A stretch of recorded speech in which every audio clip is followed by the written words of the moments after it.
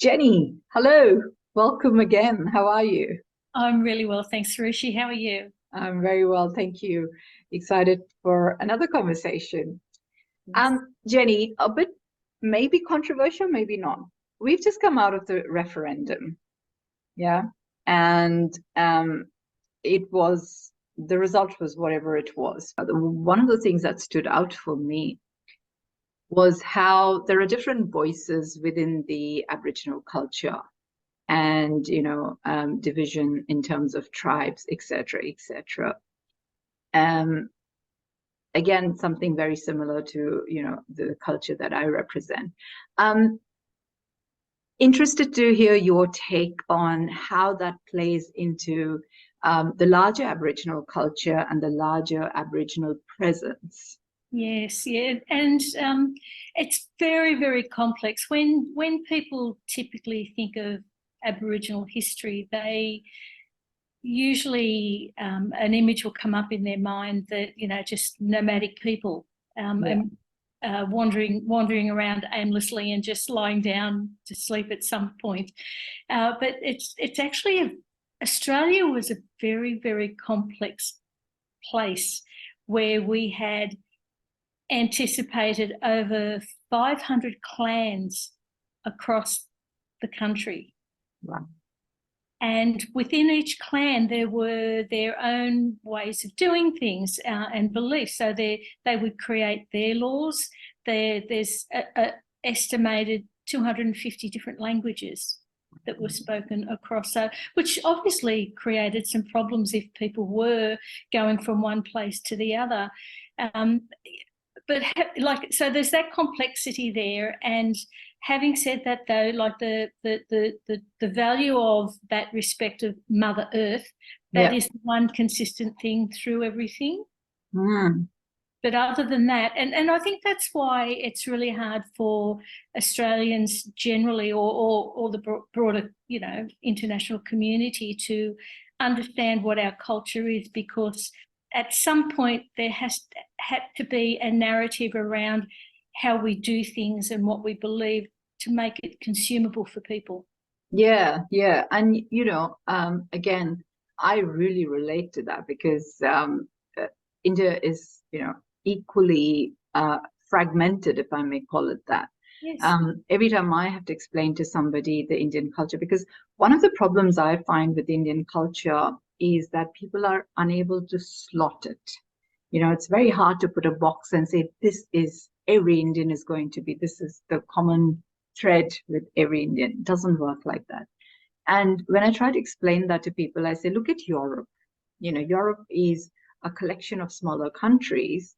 Each country has its own distinct culture, language, etc. And India is like that. It's divided into states, and each state has its own language. And language is really defined as it's not a dialect, it's a language, because a language has to have its own script and grammar. So when we say India has different languages, that's exactly what it is. The languages have their own script and their own grammar. So there's about 26 or 28 officially recognized languages in India. So even, the religions can be different, or even if they follow the main Hinduism, the way each state practices it is quite different. And one of the fallouts that I've seen of that is there is no one single voice. There's no one single opinion, which means it's so much easier to fragment the opinion. Yes. And one of the reasons I think we did have to go through the colonization and the English rule or British rule was because it was easy to divide and conquer, because there is no one single voice. Yes, today, there's a lot happening, and there's a lot of emotion still running around, and the gap is still of huge concern to everybody.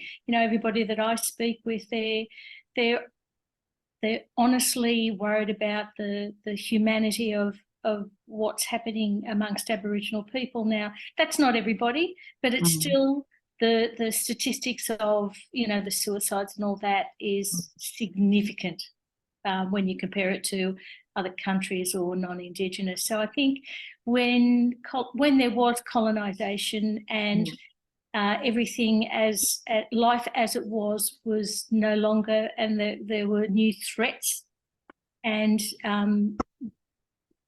virtually domination in a lot of instances, that willpower, that fierceness, that confidence, that determination is eroded.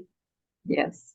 And, as we go through the generations of people, if you're not seeing any repair, if you don't feel that we're making forward steps as a nation in diversity and inclusion, collaboration, you do get to a point as an Aboriginal person where you think, is this ever going to change? Yeah. Are we ever going to be properly represented in all aspects of life? And what's the solution in your mind, Jenny? For me, it's always education. I think with education becomes understanding, empathy, and a willingness to collaborate and learn more and more. That curiosity and open-mindedness is so important, because perceptions of what an Aboriginal is today isn't the essence of, in many cases, it's not the essence of who we are in our spirituality, like you and you. The spirituality that we live by, and the respect of Mother Earth that dominates our decisions, and our sustainability practices that have been there since the beginning of time, where we fish and farm and behave in a way that consciously we think about only take what you need, that's in season, because our method is to make sure that there's stuff for the next 7 generations to come. Yes. And I agree with you. I find education is the most important part of it. And that was part of the reason, I was interested in starting these series of conversations, because to me, there are 2 parts to the education. One is educating the larger community. But the other very important part, which we do not pay too much attention to, is educating ourselves. Because the more we learn about our culture, because I find, at least from an Indian perspective, because of the history of colonization by the British rule, somewhere we've lost our confidence as a culture. And instead of promoting the goodness or the science behind it, because there's some very good science behind, there was stuff that our culture was doing many years, thousands of years ago, that are only being rediscovered now. So rather than owning that, we've always felt, oh, that can't be true. That's not us. That's just being blown over, out of proportion and things like that. So that confidence, that self-belief is not there. And if we can forget about educating other people, but if we can believe in ourselves and the goodness that our culture has brought for us, and leverage of that and use that to spread further goodness, if I can call it that, I think there is a lot where the world can collaborate together by bringing really useful aspects from each of the cultures, and then looking at what is really sustainable, what is really, collaborative, what is really needed as a human species. Yes. And, I think to your point, I think that's why both of us have established our businesses, because we're taking ownership of that, and we're out there looking for people to help on that journey. Absolutely. And, one of the core things, I always say all my programs are based on ACE model: awareness, communicate, empower. Awareness is so important. And awareness is what, for me, my culture is all about, is awareness, because it starts with that the word consciousness is very synonymous with Hinduism. It's about consciousness. Consciousness is about growing that reality. It's a bit, it's hard to explain in a quick 30-second thing, but it's awareness brings consciousness, and consciousness makes reality happen. And this is why we say there's no reality, it's your perception, because it's your consciousness that makes your reality. And that's not just a spiritual concept today, that is also a management concept. That is a very key leadership concept, because to be a good leader, you have to have behavioral flexibility. To have behavioral flexibility, you have to have the ability to look at things from different perceptions. And that's all about awareness. So it's not just, these cultures are not just about sustenance. These cultures are about growth. Yes. These cultures are about making things happen in a sustainable way.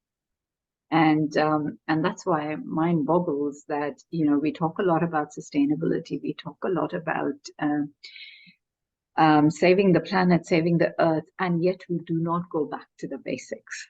Yes. And as, to your point earlier as well, in the Aboriginal culture, that there was this cultural burning used to happen where they pick the right times of the year and look at the foliage and determine when that was going to become dangerous. So there'd be small burns happening everywhere.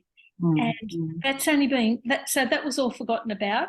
Our culture was diluted and and disrupted considerably, and now people are going to national parks and learning from wonderful Aboriginal people about the plants, the trees, and how that cultural burning has happened, and taking advice from that.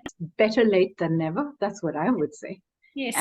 And hopefully, these conversations are planting seeds in people's minds, and hopefully we can take this forward. I know these are very surface level conversations that you and I are having, but hopefully these are thought provokers for our audience, and I would love to hear back from people who are listening to this.